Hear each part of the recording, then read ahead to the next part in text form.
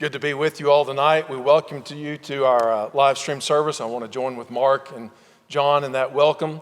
And again, we're grateful for the privilege of being able to speak and study with you from the Word of God and pray with you and sing together.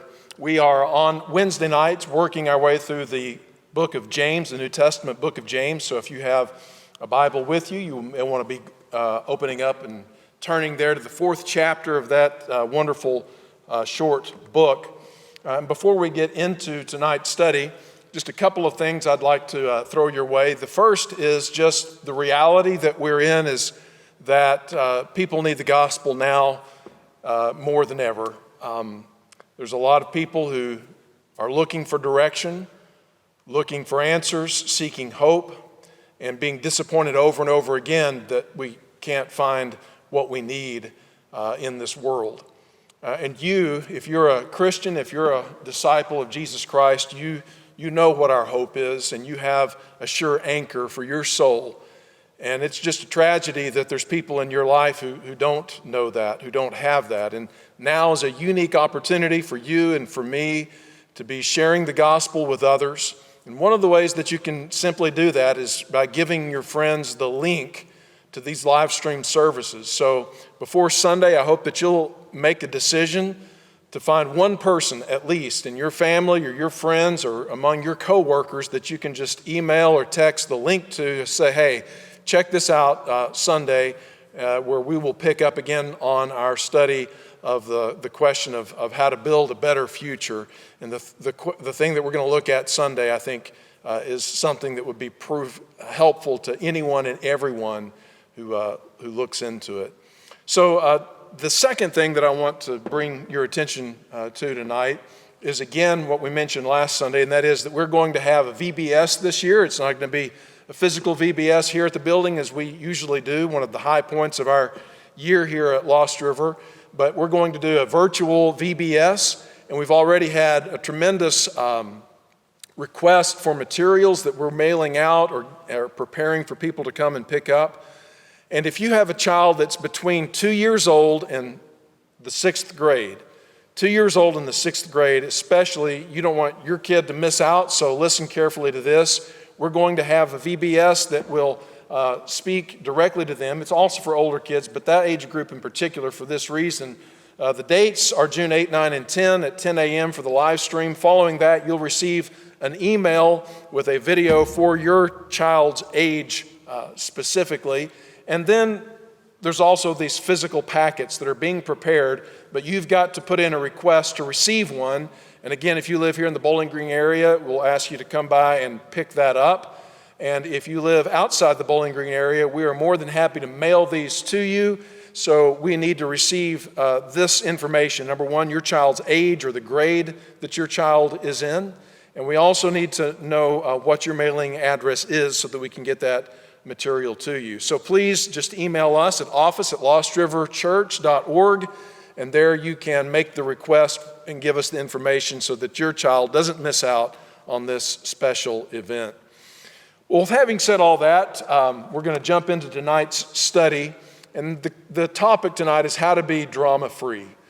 If you're like me, there's few things in life that you abhor more than drama, and most of us have more of it in our life than we care to admit, but what if there were a way for that to be eliminated? I think if we could understand what the cause of so much of the drama in our life is, and if we could understand a way to eliminate that, we would be way ahead of the game. And I believe that we're going to find those answers tonight in our study. You know, a lot of times I try to begin a study by raising a question or building up a tension or coming up with a problem that needs a solution and then going to the biblical text to show that solution or resolution or answer that question. But we don't need to do that tonight because James himself in the first verse of chapter 4 gives us the question that has us all on the edge of our seats. And the question is this: what causes quarrels and fights among you? Wouldn't you like to know, Mark? Wouldn't you like to know the answer to that question?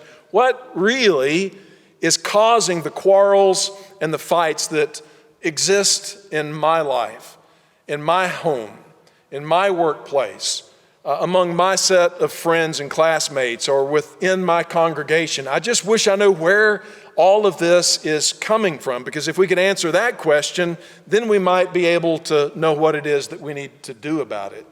And James is writing as a veteran leader of men. He was a leader among the Christians in the city of Jerusalem, which, as you know, even to this day is one of the most controversial cities in the world, and that's nothing new. It's one of the most fought over territories in the history of the world. And James was right in the middle of a tremendously quarrelsome time where there was a lot of struggle and infighting taking place. And if you're familiar with the New Testament, you know that there were groups like the Pharisees and groups like the Sadducees, and they were constantly arguing and fussing and fighting with each other.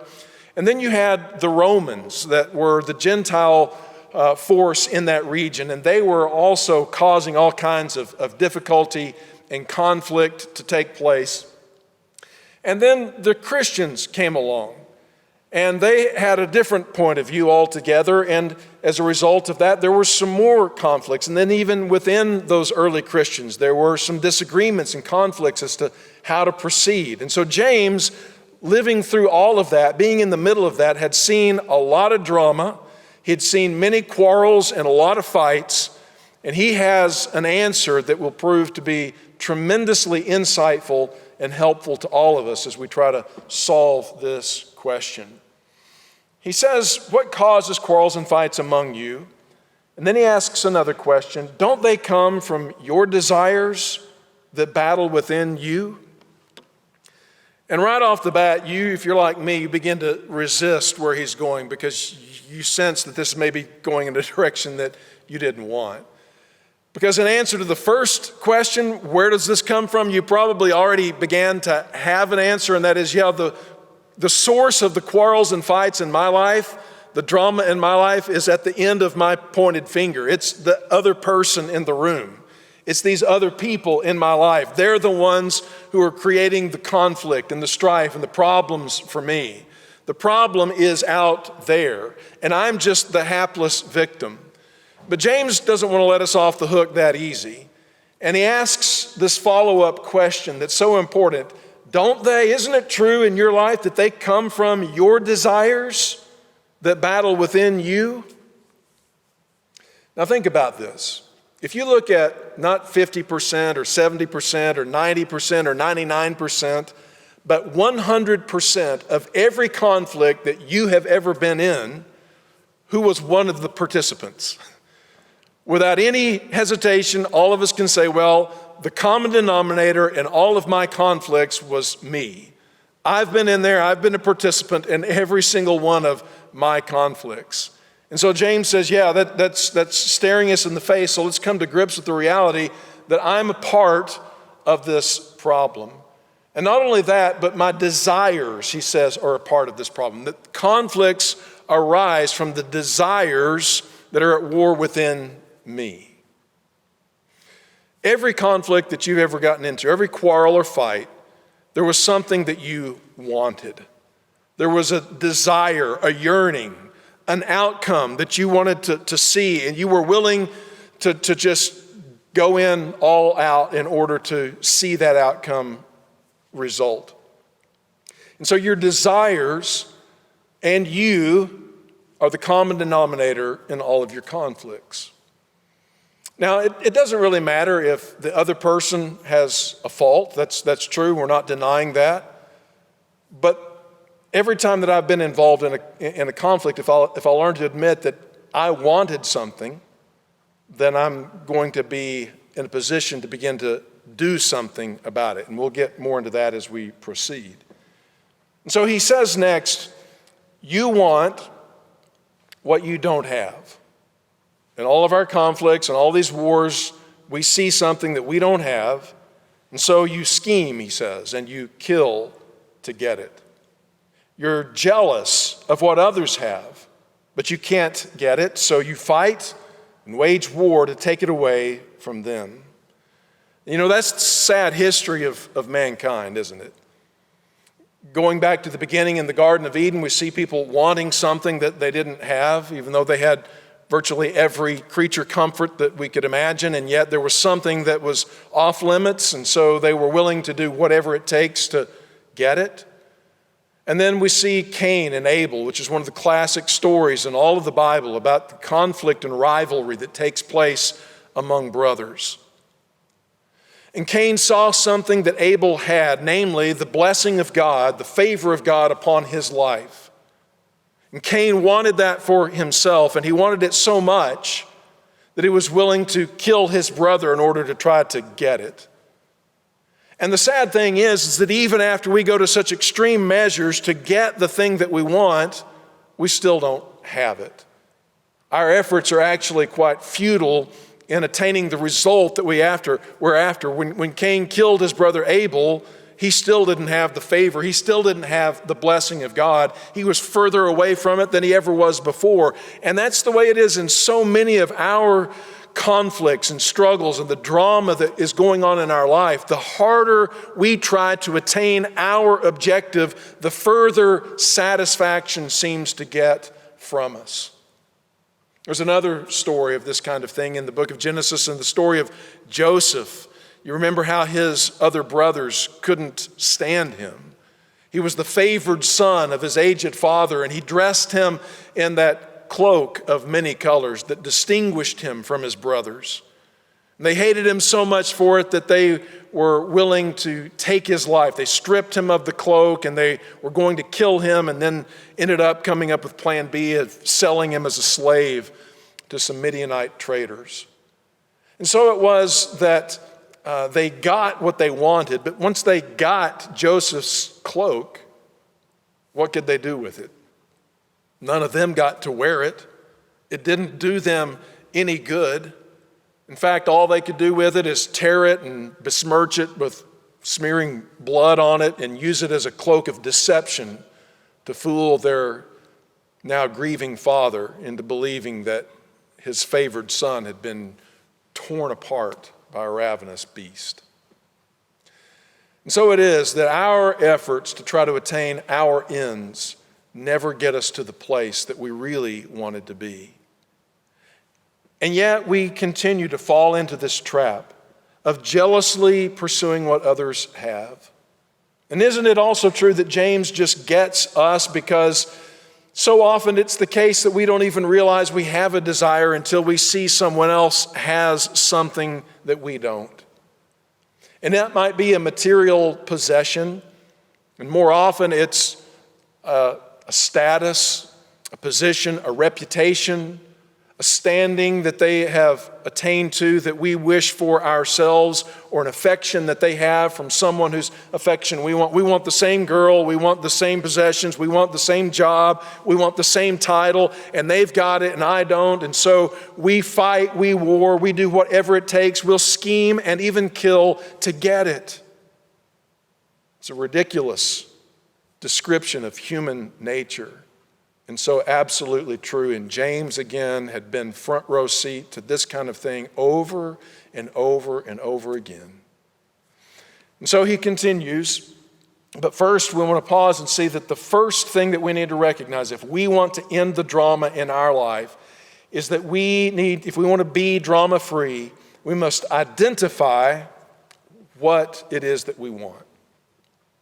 We need to identify what it is that we want, because every conflict, every quarrel, every fight, all the drama that is in your life is because you want something. And sometimes, listen carefully to this, you've never taken the time to clearly identify exactly what it is that you want. You know, sometimes we fool ourselves into thinking, well, the problem is this, and maybe I feel like I'm wanting that, or I'm not getting what I need here. And the reality is that's just sort of the superficial level. The thing is a symbol for something greater, like it was with Joseph's coat. It wasn't the coat itself that they wanted. It was the standing, it was the position, it was the favor, and the affection of their father that they wanted for themselves. And sometimes you may find yourself in what seems to be inexplicable conflict with people in your life, and you can't even really seemingly get to the bottom. You're fighting over all kinds of things that aren't even that serious, but if you'll allow that to become the vehicle through which you look a little deeper into your soul, you'll uncover that there is something you desire. And when you get to the point that you can identify it, you can clearly name, this is the thing that I want, you're going to be way ahead of the game in eliminating 90% of the drama that you create in your own life. So think for just a moment about something that's churning up in your life right now. Someone that you're having this ongoing kind of struggle with. It's a Cain and Abel thing, it's a Joseph thing, it's a whatever story from the Bible you want to draw from where people are engaged in this. What is it that you really, really want? When you peel all the layers back and you get to the core of the issue, what is it that you are really, really after? Identify the problem. And then James goes on and says, you do not have what it is you want because, so this is critical, you do not ask. You do not have it because you do not ask. We're a bundle of desires, we're filled with wants, and we go without what we want because, he says, we won't ask. And I'm not sure that this is exactly the direction that James is going, but it just raises this so much in my mind. I want to take just a moment to deal with it. The first person we don't ask what we want from is the person that we're engaged in the conflict with. And in many instances, that would resolve the problem right there. If we would just come to terms with the reality that I'm unwilling so far to just come out and tell this person, hey, here's a part of the problem here. I'm not getting what I want. So much of our conflict could be resolved if we would just have the honesty to first identify what it is we want. Go to our room, send ourselves to our room until we think through and figure out what it is that I'm after, what it is that I want, and then come back to the person and say, hey, and use these words. In fact, turn to the person, someone in the room with you, and say, hey, part of the problem, what's going on here is I'm not getting what I want. Now, there's a reason we don't do that, because it kind of takes away some of our leverage, doesn't it? It exposes us for the needs that we have, and maybe even reveals some of the self-centeredness that's a part of the human nature. But one thing is for sure, as long as those things remain hidden, as long as we're not being clear with the people in our lives what it is that we're expecting from them, what it is that we are wanting that's driving a lot of this sarcasm and snarkiness and odd comments that we're making here and there, as long as we don't surface it and bring it out into the open, the drama is just going to continue to boil under the surface. So wouldn't it be better if we just took the time to identify it and then do the second thing, to be drama-free, ask for what it is that you want? I mean, and if it's just so bad that there's no way I'm going to let them know that this is what I really want, then we're going to get to what to do about that in a moment. But remove the cloak of mystery from the people's lives around you. Can't figure out why you're acting the way that you are, and just come out and give them the courtesy of saying, this is the problem. This is at least part of the problem here, is I'm not getting what I want.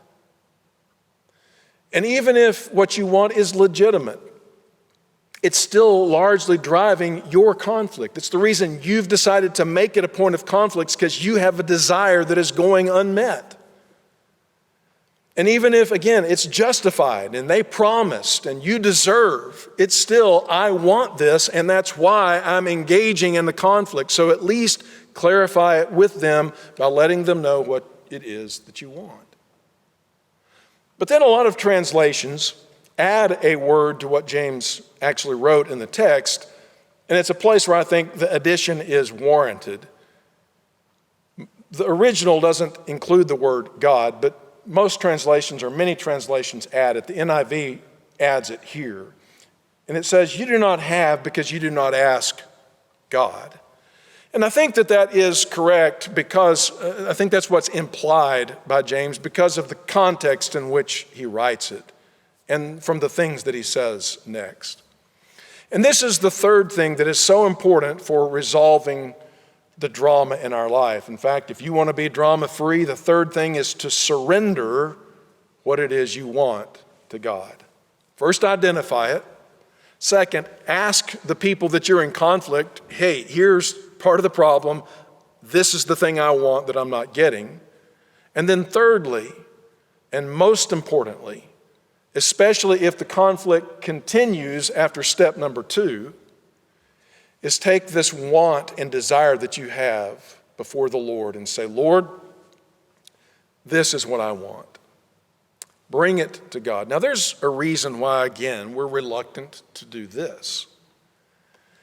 Because a lot of the things that drive our conflicts and a lot of the desires and wants that we have, the last place we want to go with them is to God. And you know why that is. It's because you know God's not going to give that to you. And you also know the reason why God's not going to give that to you. Because he loves you too much. He cares, as we talked about Sunday, more about you than you care about yourself. And he knows that you getting this thing is not good for you, or it may not be fair for the person that you're wanting it from or competing with in order to attain it.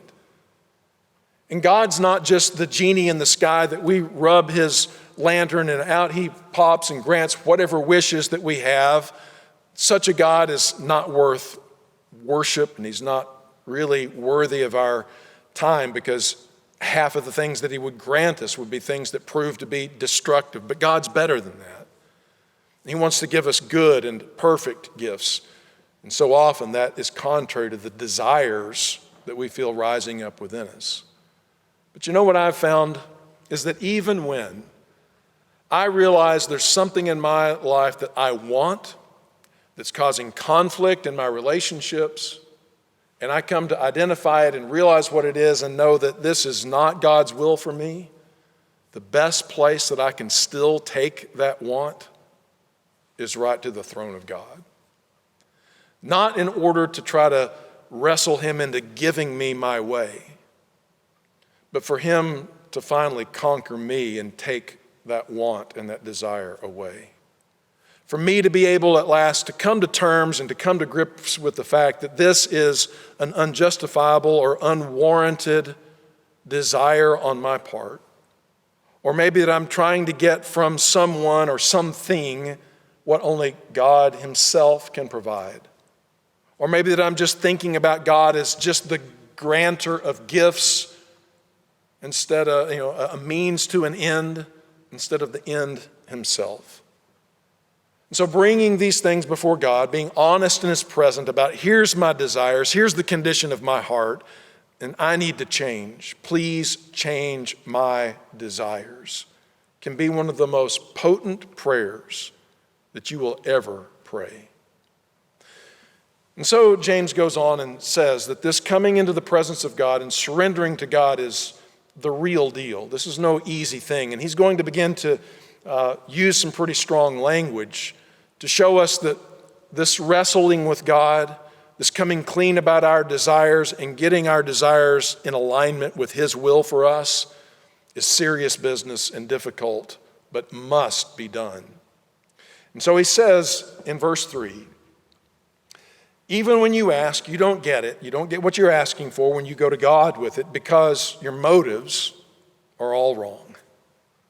You want only what will gratify you. And so when we come to God with these kinds of wants and desires that are self-centered, self-destructive, ruinous to other people, God's not going to grant that, and he shouldn't, and we know that. But then he adds this harsh language. You adulterers, don't you realize that friendship with the world makes you an enemy of God? Now get what he's saying here. When we just have our raging desires and wants and demands on other people, that's exactly the way the world operates. In fact, that's largely what drives and propels the world forward. But James is telling us that it's diametrically opposed to the way and the will of God. And to befriend the way of the world, to just push and demand and grasp and kill and fight and argue and quarrel until we get what we want or somebody's dead, that's the way of the world, and it puts you in direct opposition to the ways of God.